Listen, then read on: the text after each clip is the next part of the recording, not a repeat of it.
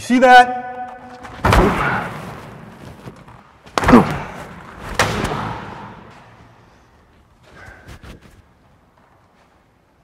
I'm hoping we can skip a few steps, see?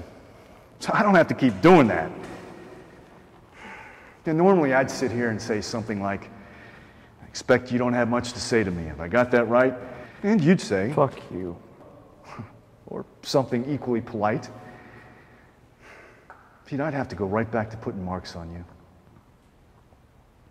That's not going to happen now, is it? You just save yourself a lot of trouble by letting me go.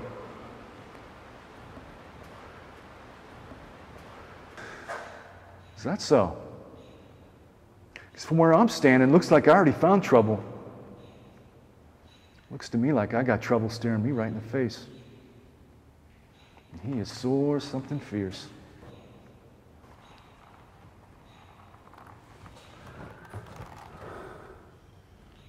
Are you sore?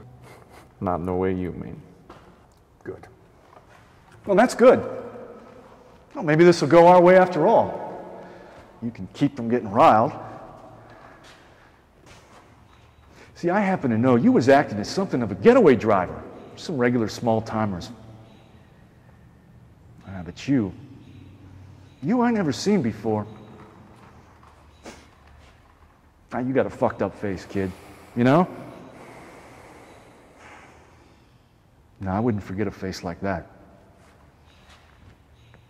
Which tells me one of two things. Either you're just another dirty-faced punk like your friends there. Maybe you think you're James Cagney. That a tough guy? You the next public enemy?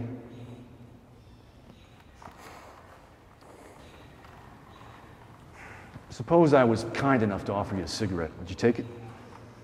Suppose I would? Well, suppose I offer you a cigarette then. And suppose I ask you to tell me what it was you did this weekend.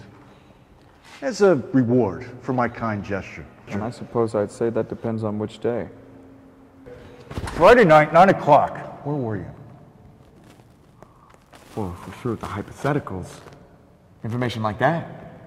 It's going to cost you a lot more than a lousy square. Money, then. What we're talking about here? I mean, you realize the jam that puts me in, considering my position. Okay, maybe a little tale from one of them broads we just brought down. Huh. Yeah, you know the type. Sores in their mouth. A filthy bunch, a lot of them.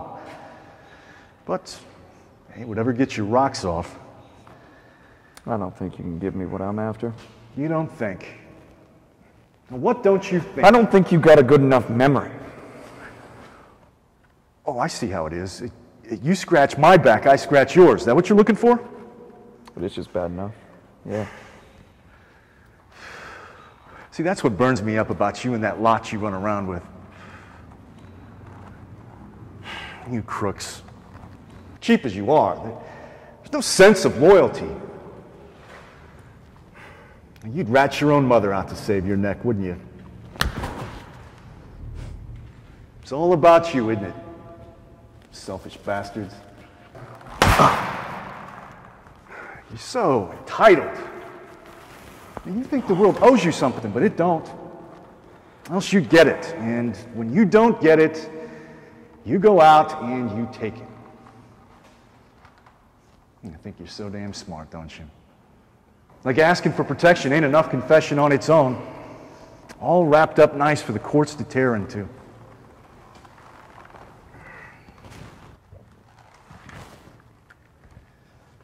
But you're going to make this easy for me, aren't you? I bet we give it a day or two, and we're going to find a gun on you or one of your boys. A gun which suspiciously belongs to a whole host of guns recently reported stolen. Which, if it were my money, I suspect we're going to trace right back to the trunk of your shiny new Ford.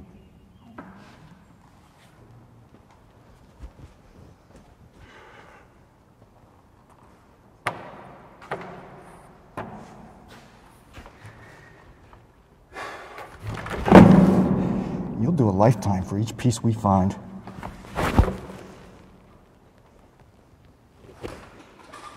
So, tell me, tough guy, why should I help you when I already know all that?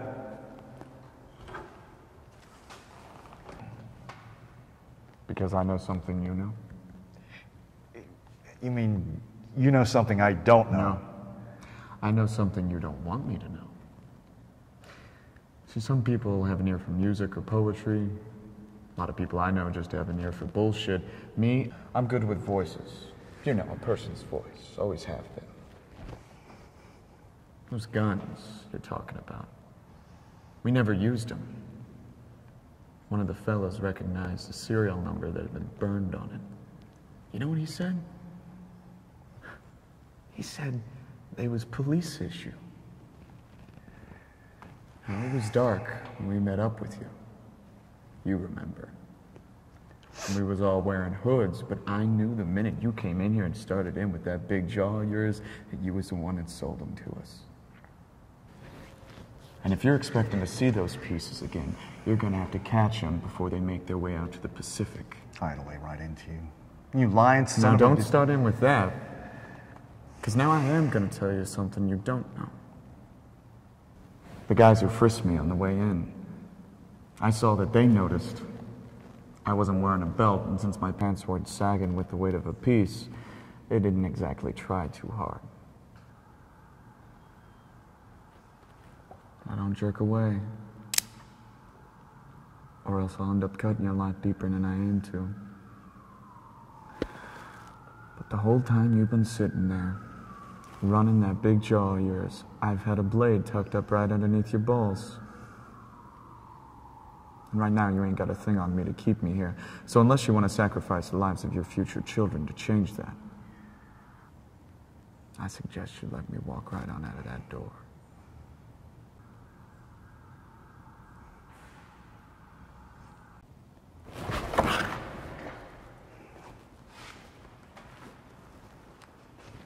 I'm looking for you, Mook. You dumb son of a bitch. They'll never believe you. It's your word and mine. I don't need him to believe me.